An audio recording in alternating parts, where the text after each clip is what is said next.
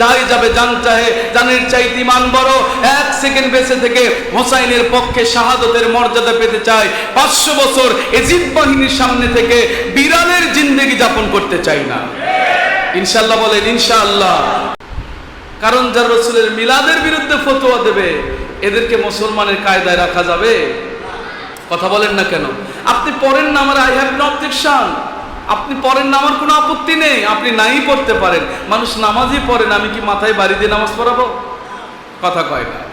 বিশ্বকাপ খেলার জন্য ঠিকই ফজরের দিকে 4টার দিকে মানুষ ঘুম থেকে জাগ্রত পায়, কিন্তু মুয়াজ্জিনের আসসালাতু খায়রুম মিনান নাওম তার কানের ভেতরে ঢোকে না। কথা বলছেন না কেন জোরে?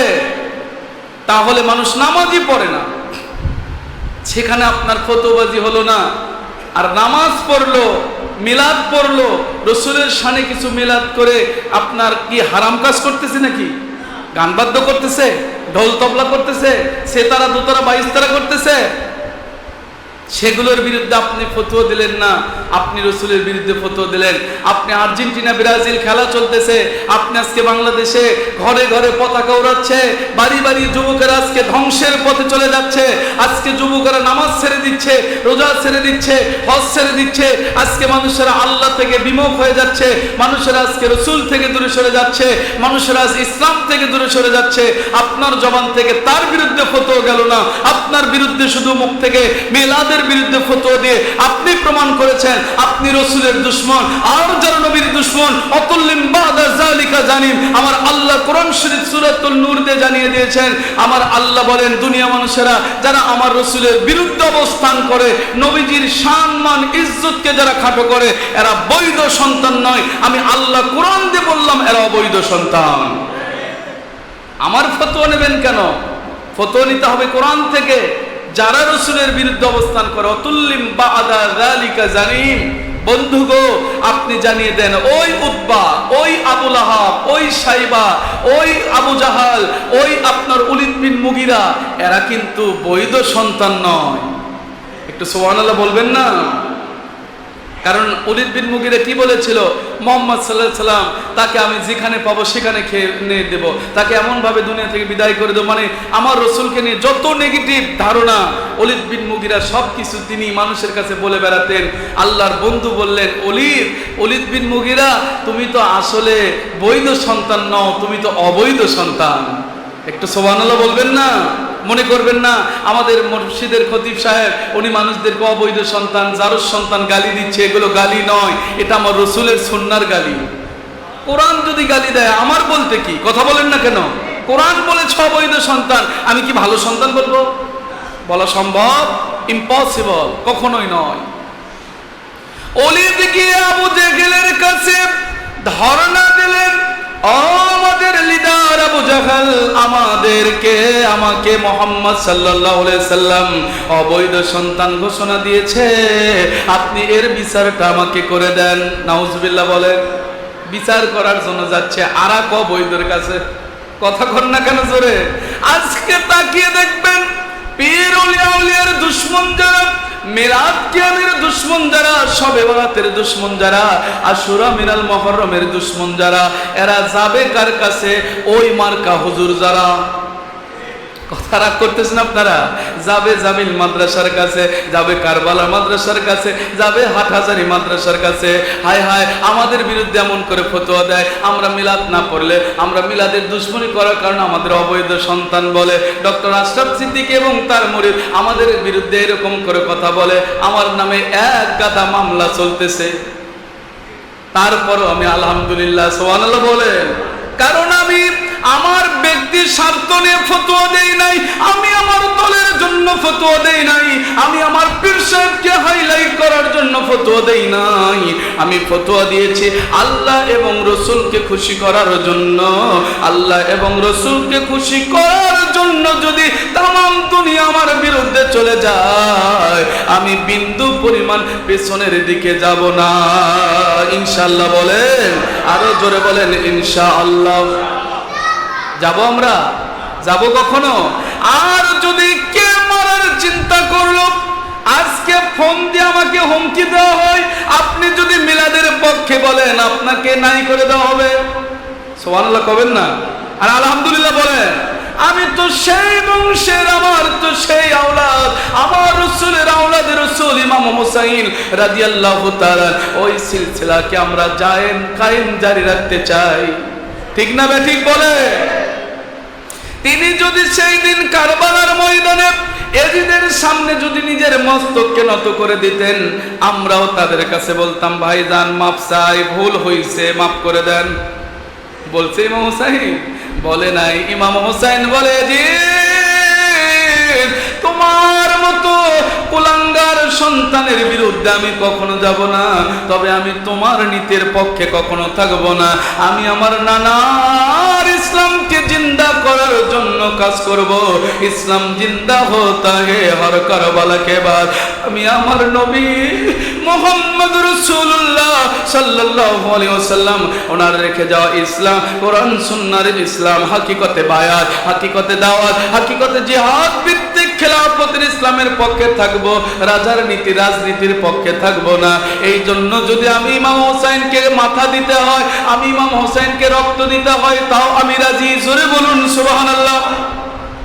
তারপরও আমি কি রাজি? আমি এজিদের সামনে মাথা নত করব না।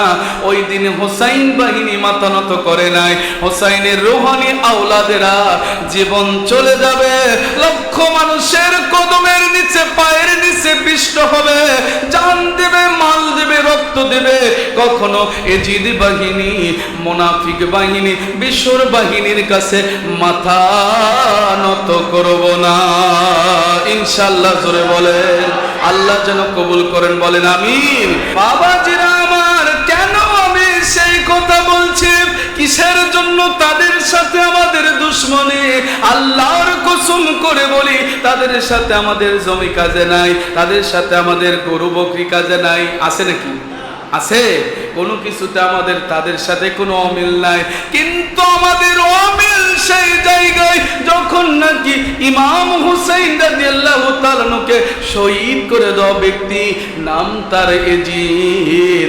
এই এজিদকে যখন হযরত এজিদ রাহমাতুল্লাহ আলাইহি বলে, তখন মাথার ভেতরে রক্ত উঠে যায়। কথা বল না কেন জোরে? বলতেছে হযরত এজিদ। কি এজিদের দয়া! এই যে মুহররমুল হারাম মাস চলতেছে, এখন দেখবেন একদল এজিদের দালাল বের হবে। দালাল এজিদকে কেমন করে মুসলমান বানানো যায়, এজিদকে কেমন করে জান্নাতি করা যায়, এর খালি চিন্তা। এটা হুসাইনের বিরুদ্ধে পক্ষে কোনো কথা নাই। হুসাইনের পক্ষে কথা বললে মতবাদ দেবে শিয়া, এরা শিয়া হয়ে গেছে। কিন্তু এজিদের বিপক্ষে গিয়ে, পক্ষে গিয়ে আস্তে করে বলে দেবে এজিদ ভালো মানুষ ছিল, 100 রাকাত করে প্রত্যেকদিন নামাজ পড়তো, এজিদ খুবই ভালো মানুষ, আপনার কোরআন শরীফের আপনার তেলাওয়াত করতো, কোরআনের হাফেজ ছিল। তোর এত এজিদের উপর দয়া কে আব্বা? কথা বলে না কেন? এত দয়া কেন? তোমার যদি এতই দয়া হয়, এজিদকে যদি তোমার এতই দয়া লাগে, তোমার বেটার নাম লাগবে এজিদ, আমার একটু ডাকি ও এজিদের আব্বা।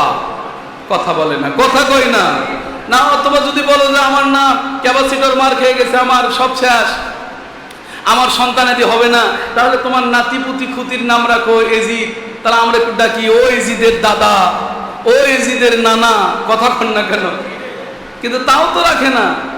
এমন কোন মানুষ নেই যার নামের সাথে হোসাইন লেগে না। একটু সুবহানাল্লাহ বলে। পাক পাঞ্জাতনের ভেতরে প্রত্যেকটা মানুষের নাম শুরুতে মোহাম্মদ, শেষে হয় হোসাইন, নাই হাসান, নাই আলী। আছে না? না আছে। দেখেন, খেয়াল করেন। কিন্তু কোন মানুষের নামের সাথে এজিদ আছে? আছে? আপনারা কষ্ট পাচ্ছেন নাকি ভয় করতেছেন? কোনটা? এই নাম বলতেছি বলে আপনাদের কষ্ট লাগতেছে যে হুজুর ডাইরেক্টলি বলতেছে। আমরা ডাইরেক্ট কথা বলা মানুষ। সেই দিন কারবালার প্রান্তরে ফুরাত নদীর এক প্রান্তরে নামাজ হয়েছে, সেই নামাজের জামাতের ইমামতি করেছে ইমাম হুসাইন রাদিয়াল্লাহু তাআলা মাত্র 40 জন পুরুষ নিয়ে। অপর প্রান্তরে আরেক কারবালার প্রান্তরে ফুরাত নদীর তীরে আরেক দল নামাজ পড়েছে এজিদ বাহিনী। সেখানে হাজার হাজার মানুষ নিয়ে, 22,000 মানুষ নিয়ে, হাফেজে কোরআন নিয়ে, আলেমদের নিয়ে, মুফতি মুহাদ্দিসকে নিয়ে নামাজ পড়েছে। দুই নামাজ কখনো এক নামাজ হতে পারে না। সেই দিনই প্রমাণ হয়ে গেছে নামাজ পড়লেই মুসলমান হওয়া যায় না, টুপি পড়লেই মুসলমান হয় না, দাড়ি থাকলেই মুসলমান হয় না। টুপি, জুব্বা, দাড়ি আমার রাসূলের সুন্নাত মাথায় রেখে 100%, কিন্তু এগুলো রেখে অন্তরে যদি মুনাফিকি থাকে, ভিতরে যদি কলুষিত থাকে, সে কখনো মুসলমানের মর্যাদা পায় না। অপর প্রান্তরে হযরতে হুসাইন মাত্র 22 জন মানুষদেরকে নিয়ে, 40 জন মানুষকে নিয়ে যে নামাজ পড়েছেন, এই নামাজ ছিল আমার আল্লাহর জন্য, এই নামাজ ছিল আমার রাসূলের জন্য, এই নামাজ ছিল বেলায়েতের ওলির জন্য। যার কারণে এই নামাজ কিয়ামত পর্যন্ত থাকবে। ওই বাতিল এজিদ বাহিনীর সামনে হুসাইন বাহিনী কখনো মাথা নত করতে পারে না। জোরে বলেন ঠিক না বে ঠিক? জোরে বলে। আমরা হুসাইন বাহিনী হয়ে মরতে চাই কি চাই না? কথা বলেন, আমরা হুসাইন বাহিনী হয়ে মরতে চাই কি চাই না? এতে যদি এজিদ বাহিনীর দ্বারা আক্রান্ত হতে হয়, এখন ফোন দিয়ে হুমকি দিচ্ছে কালকে রাস্তা আটকাবে, পরের দিন হয়তো মারবে, পরের দিন শহীদ করে দেবে, পরের দিন রক্ত নিয়ে নেবে, যা কিছু করতে পারে। আই হ্যাভ নো অবজেকশন, খেয়াল শুধু একটাই থাকবে, আল হুব্বু ফিল্লাহ আল বুগদু ফিল্লাহ রিদওয়ানুম মিনাল্লাহি আকবার। কোনো দিকে তাকানোর দরকার নাই, কাউকে ভয় পাওয়ার দরকার নাই, শুধুমাত্র কেবলমাত্র একমাত্র আমার আল্লাহ এবং রাসূল বেলায়েতের ওলিদের কাছে নিজের মস্তককে নত করেছি। পৃথিবী কারো কাছে মস্তক নত হবে না। যাই যাবে জান চাহে, জানের চাইতে ঈমান বড়। 1 সেকেন্ড বেঁচে থেকে হোসাইনের পক্ষে শাহাদতের মর্যাদা পেতে চাই। 500 বছর এজিদ বাহিনীর সামনে থেকে বিড়ালের জিন্দেগি যাপন করতে চাই না। ইনশাআল্লাহ বলেন ইনশাআল্লাহ। আমাদের সাফ কথা, যদি কেউ আমাদেরকে মারতে চাও, ওয়েলকাম, আমরা তোমাদেরকে স্বাগত জানাই, জীবন দিয়ে দেব, কিন্তু মাথা নত করব না। মাথায় রাখবেন আল্লাহ পাকের দরবারে এতটুকুন মাথায় রাখবেন, যারা হাকিকতে আল্লাহ পাকের ওলির পক্ষে, নবীর পক্ষে থাকবে, তাদের কন্ট্রোলার কে? কথা বলে না কে? ইয়া আইয়ুহান নাবিয়্যু হাসবুকাল্লাহ ওয়া মান ইত্তাবাআকা মিনাল মুমিনিন। আল্লাহ ডাকতে বলে, আয় আমার বন্ধু হাবিবুল্লাহ, আপনার জন্য আমি যথেষ্ট। এমনকি আপনাকে যারা মানার মতো মানে, আপনাকে যারা ভালোবাসার মতো ভালোবাসে, ওই সমস্ত মানুষদের জন্য আমি আল্লাহ যথেষ্ট হয়ে গেলাম। একটু জোরে বলা যাবে কি সুবহানাল্লাহ? আল্লাহ বলতেছেন, ওই অমানিত তাবা আকা, আপনি রসুলকে যারা মানে, তাদের জন্য আমি আল্লাহ যথেষ্ট। সুবহানাল্লাহ। তাহলে আল্লাহ যখন দায়িত্ব নিয়েছেন, আমাদের আর কিসের ভয় থাকতে পারে? মরে যাব, আল্লাহর সরাসরি জান্নাতে গিয়ে আরাম করব, কিসের পচা দুনিয়ায় এখানে বসে এখানে আপনাদের সাথে এত হইচই করার দরকার আছে? আস্তে করে চলে যাব, আল্লাহর জান্নাতে গিয়ে আল্লাহর সাথে দিদারে মশগুল থাকবো। আল্লাহ যেন কবুল করেন, আমিন বলেন। রাসূল সাল্লাল্লাহু আলাইহি সাল্লাম ফতোয়া দিয়েছেন, ওলীদ বিন মুগীরা কি সন্তান? জারজ সন্তান ফতোয়া দিয়েছে, অবৈধ সন্তান। ওলীদ গিয়ে এবার প্রশ্ন করতেছেন আবু জাহেলকে, যে আমাকে অবৈধ সন্তান বলে, আপনি বিচার করে দেন, যে যেমন তার সাথে মানে তেমনটাই মেলে। কথা বলেন না কেন? বৈধ সন্তানের সাথে কখনো অবৈধ সন্তান মিলবে না। তেল পানি কখনো এক জায়গাতে মিক্সার হয় না। ওয়ালা তালবিসুল হাক্কা বিল বাতিল ওয়া তাকতুমুল হাক্কা ওয়া আনতুম তা'লামুন। আল্লাহ সূরাতুল বাকারার 2 নম্বর সূরা 1 নম্বর পারা 5 নম্বর 42 নম্বর আয়াতে কারিমা জানিয়ে দিয়েছে, হকের সাথে বাতিলের সাথে হক কখনো মিক্সার হবে না। যার রাস্তায় যে চলবে, হকের রাস্তায় হক যাবে, বাতিলের রাস্তায় বাতিল যাবে, দুধের রাস্তায় দুধ চলবে, মদের রাস্তায় মদ যাবে। মদখোর মদ খাবে, দুধখোর দুধ খাবে। আলাদা করে সেপারেট করে দাও, এক লাইনে কখনো হক বাতিল চলতে পারে না। জোরে বলুন সুবহানাল্লাহ। আল্লাহই পার্থক্য করে দিয়েছে, আমি একত্র করার কে? এবার আল্লাহর বন্ধুর বিরুদ্ধে মামলা, চিন্তা করেন, রাসূলের বিরুদ্ধে অ্যাকশন, বিচার ডাকা হলো। বিচারের ভেতরে হাজার হাজার মানুষ। আমি সংক্ষেপ করে দিচ্ছি। আবু জাহেল বলতেছে, দেখো মুহাম্মদ সাল্লাল্লাহু আলাইহি ওয়াসাল্লাম কি নবী, সে বলে আবার নবী, আর একজনকে অবৈধ সন্তান বলে ঘোষণা দেয়। নাউজুবিল্লাহ কবেন না? মানুষদেরকে বোঝাচ্ছে, এখন ভেড়ার ওপর বাছুর পরা মানে, কথা কর না কেন? ভেড়ার ওপর বাছুর পরা মানে বোঝেন না? সবাই ওর ওপর একটা না হাইট বেশি, ও পরামানিক সাজছে। এখন এই ভেড়ার উপর বাছুর পরামানিক যখন একে সব বুঝেছে, এরাও তাই, হ্যাঁ ঠিক করেছে, মুহাম্মদ সাল্লাল্লাহু আলাইহি ওয়াসাল্লাম এত খারাপ, কি করেছে আমাদের কেন ওলীদকে কেন অবৈধ সন্তান ঘোষণা দিল, কি কারণে দিল? এই বিচার ডাকো। বিচার ডাকা হলো, হাজার হাজার মানুষ জমায়েত হলো। এবার আমার বন্ধু, আল্লাহর বন্ধুকে আল্লাহ পাক রব্বুল আলামিন বলতেছেন, বন্ধু আপনি শুধু ওখানে প্রেস হবেন, আপনি শুধু একটু দাঁড়াবেন, বাকিটা কুদরতের খেলা থেকে আমি আল্লাহ খেলবো।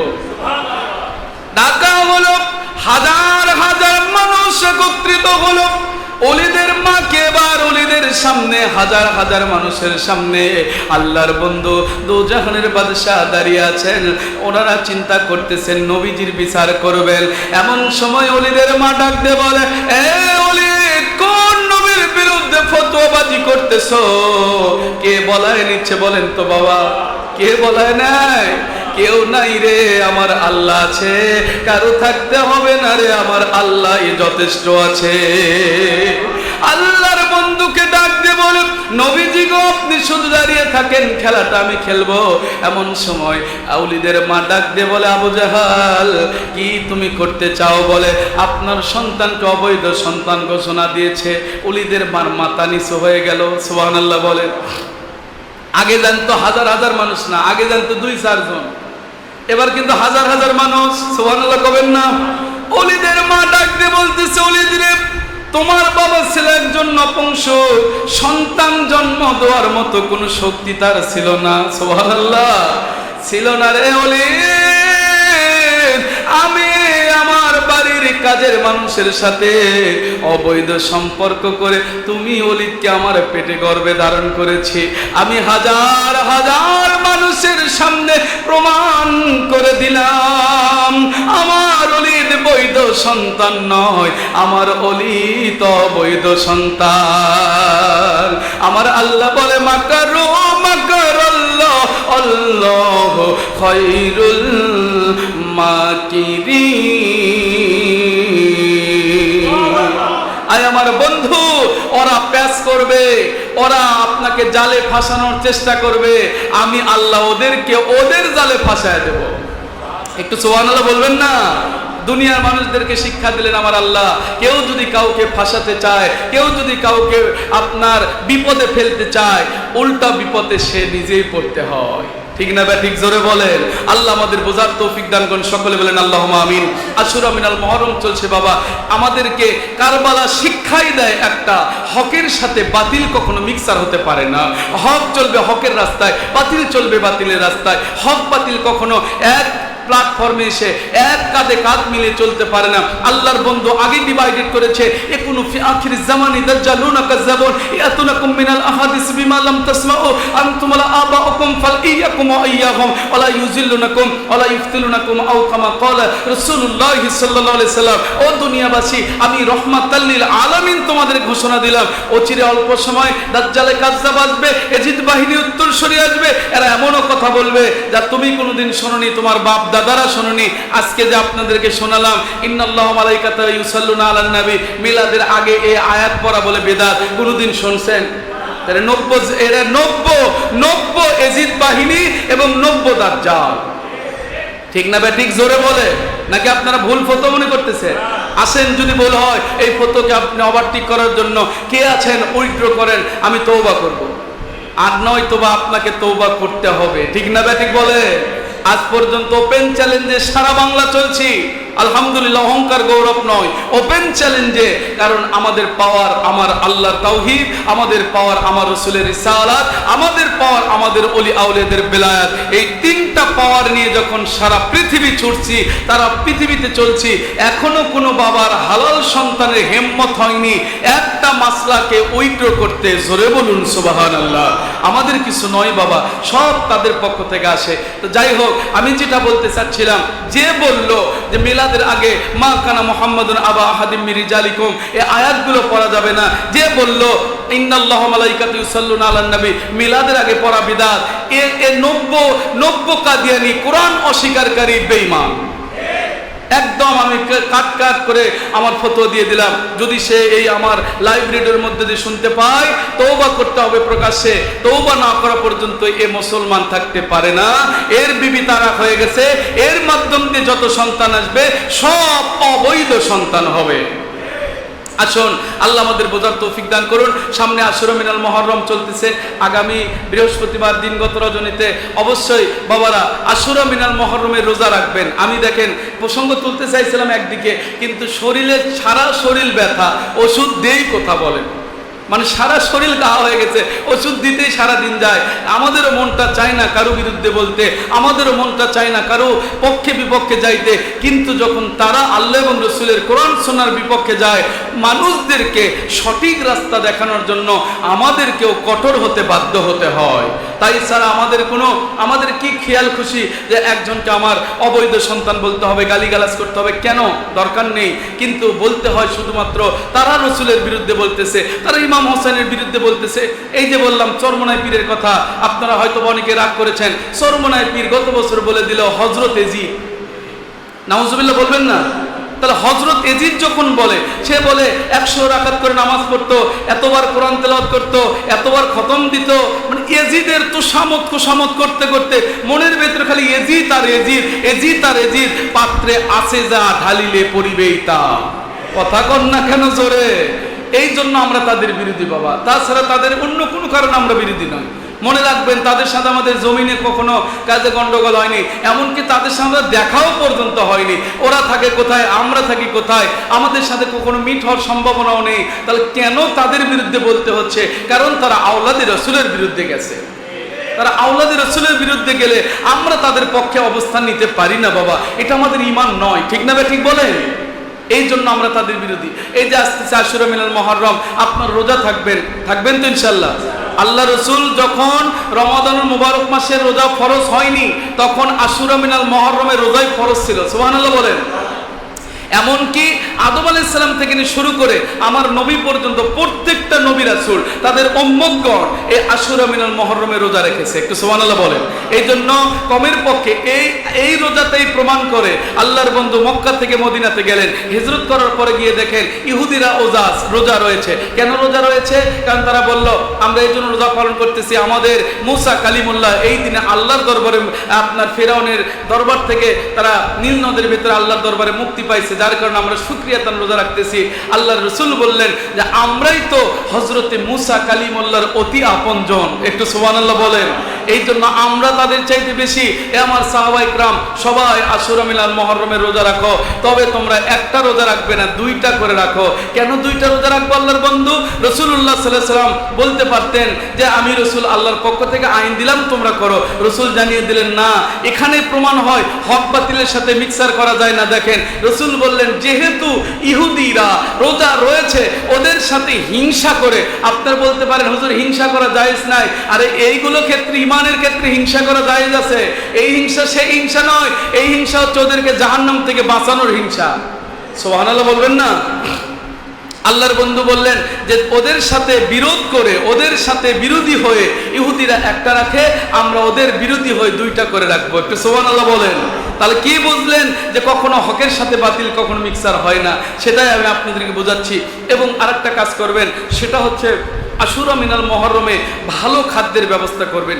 এ নিয়ে বিশাল ঘটনা আছে, আপনাদেরকে শোনাইছি যে হিন্দুস্তানের একটা আপনার অবস্থান, সেটা হচ্ছে আফগানিস্তানের, সেটা একজন আল্লাহর ওলি ছিলেন। সে আল্লাহর ওলি তিনি আশুরা মিনাল মুহররমের একটা হাদিসকে ফলো করতে গিয়ে মা ওয়াসা ইয়া আলী ফিন নাফাকাতি ইয়াউমা আশুরা ওয়াসা আল্লাহু আলাইহি সাইরা সানাতিহি। আল্লাহর বন্ধু বলেন যদি কোনো আল্লাহর বান্দা আল্লাহর পক্ষে, রাসূল পাক সাল্লাল্লাহু আলাইহি ওয়াসাল্লামের পক্ষে, ওলিদের পক্ষে আশুরা মিনাল মুহররম উপলক্ষে নিজের পরিবারের মানুষের জন্য একটু ভালো খাদ্যের ব্যবস্থা করে, একটু ভালো উত্তম পোশাকের ব্যবস্থা করে, আমার আল্লাহ রাব্বুল আলামিন সারা বছর তাদেরকে সচ্ছল জীবিকা দান করে দেয়।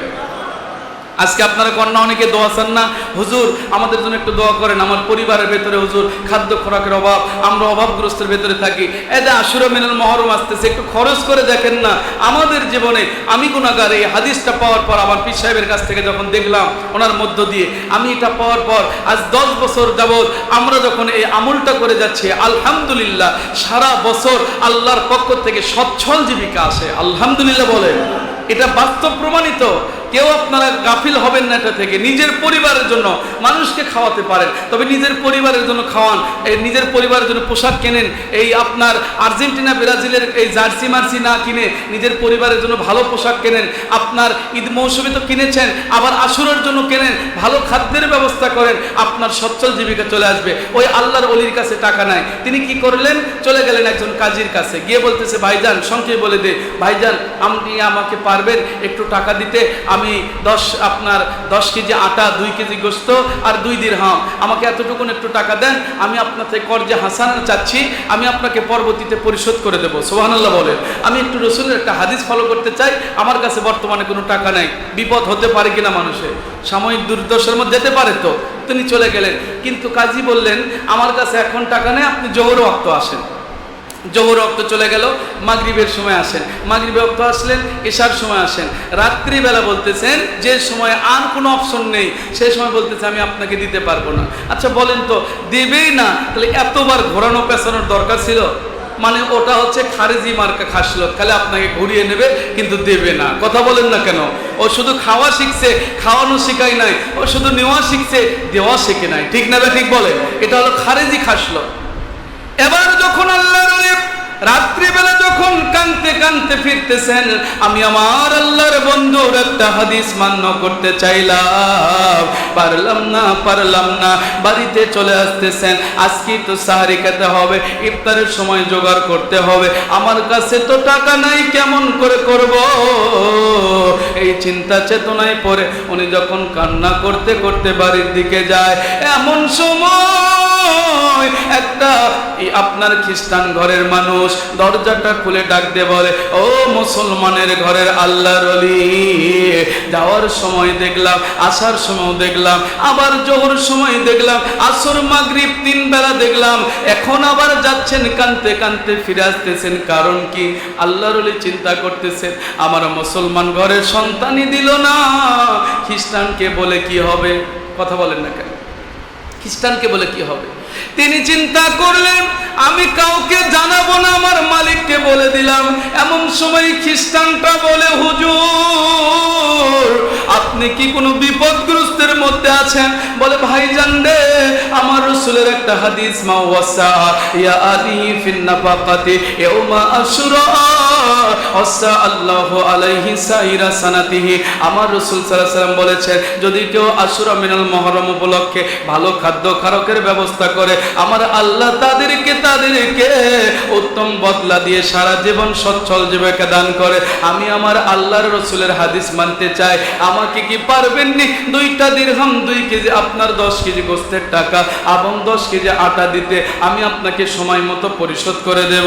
খ্রিস্টান ডাক দিয়ে বলে, ওগো আল্লাহর ওলি, নিয়ে যান, আমি আপনাকে একদম হাদিয়া করে দিলাম।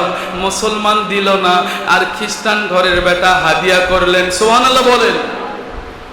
এবার যখন আল্লাহর ওলি খাদ্য নিয়ে এসে সব কিছু অ্যারেঞ্জমেন্ট করে রাত্রিবেলা আমার আল্লাহর ইবাদতে বসেছে, 2 চোখের পানি ছেড়ে দিয়েছে, মালিক মুসলমান ঘরের কাজই দিল না, আমার সাথে মুনাফিকি করলো, আর একজন খ্রিস্টান ঘরের মানুষ আমাকে মহব্বত করলো, আল্লাহ ওকে আপনি হেদায়েত দিয়ে দেন। পরের দিন সকালবেলা কাজী দেখা যায় ইহুদির বাড়িতে, খ্রিস্টানের বাড়িতে গিয়ে করানারে ডাক দিয়ে বলে, ও খ্রিস্টান ঘরের সন্তান, আপনি কি এমন আমল করেছেন? আজকে যখন আমি স্বপ্নের ভেতরে দেখলাম, আমি দেখলাম জান্নাতের ভেতরে একটা সুন্দর বালাখানা দেখে আমি আশ্চর্য হয়ে গেলাম। কার জন্য এই বালাখানা তৈরি হচ্ছে? ডাক দিয়ে বলতেছেন, ও কাজীউল কুজ্জার, আজকের এই বালাখানা আপনার জন্য বাজেটে ছিল, কিন্তু আপনার বাজেটটা কেটে গিয়ে ওই ঘরের ইহুদি খ্রিস্টানের কাছে গেছে। জোরে বলুন সুবহানাল্লাহ। ইহুদি খ্রিস্টানের কাছে চলে গেছে। লোকটা দৌড়ে এসে বলে, কাজীটা দৌড়ে এসে বলে, কি এমন আমল করেছো যার কারণে ওই জান্নাতের বালাখানা তোমার নামে রেজিস্ট্রি হয়ে গেল? তুমি তো মুসলমান নও, তুমি তো জান্নাতে যেতে পারবে না। দেখেন না, আমাদের মৌলবি মুন্সিরা যেমন কয়, আপনি তো আলেম না, আপনি তো ফতোয়া দিবার পারবেন না। কথা কয় না, একই মার্কা ইহুদি। কথা কন না কেন? এ আমার বাবাজিরা, ইহুদিটা খ্রিস্টানটা ডাক দে বলে, এ মুসলমান ঘরের কাজী রে, আমি তো অন্য কোনো আমল করি নাই, গতদিন শুধুমাত্র একজন অলিকে রাসূলের হাদিস মানতে, সুন্নাহ মানতে সাহায্য করেছিলাম। জোরে বলুন সুবহানাল্লাহ। এতটুকু আমার আমল। কাজী বলতেছে আমি দেখলাম আপনার জন্য জান্নাতের ভেতরে বালাখানা, আমি আপনাকে 2 লক্ষ দিরহাম দিনার দিচ্ছি, ওটা আমার কাছে বিক্রি করে দেন। কিছুক্ষণ আগে যার কাছ থেকে 20 দিরহাম 2 দিরহাম বের হয় না, সে আজকে 2 লক্ষ দিরহাম দিতে রাজি। খ্রিস্টান বলতেছে কি করলে ওর ভেতরে যাওয়া যাবে? বলতেছে তুমি যদি মুসলমান হও তাহলে যাইতে পারবা। সঙ্গে সঙ্গে খ্রিস্টানটা বলল আমিও আজকে স্বপ্নে রাত্রি বেলায় দেখেছি আমার জন্য জান্নাতের ভেতরে বালাখানা তৈরি হচ্ছে। ওই সময় এসে আমার নূর নবীর হাত মোবারকে হাত দিয়ে আমি কালিমাতুত তয়্যিবা পড়ে মুসলমান হয়ে গেছি। এই জন্য আমার আল্লাহ জান্নাতের ভিতরে আমার জন্য বালাখানা তৈরি করেছে। তাহলে আশুরা মিনাল মুহররমকে যদি কেউ মহব্বত করে ভালোবাসা দেয়, তাদের বলেন তো বরকত আছে না নাই? আপনাদের নিজেদের বরকতের জন্য বললাম, অবশ্যই খরচ করবেন। আসসালামু আলাইকুম ওয়া রাহমাতুল্লাহি ওয়া বারাকাতুহু।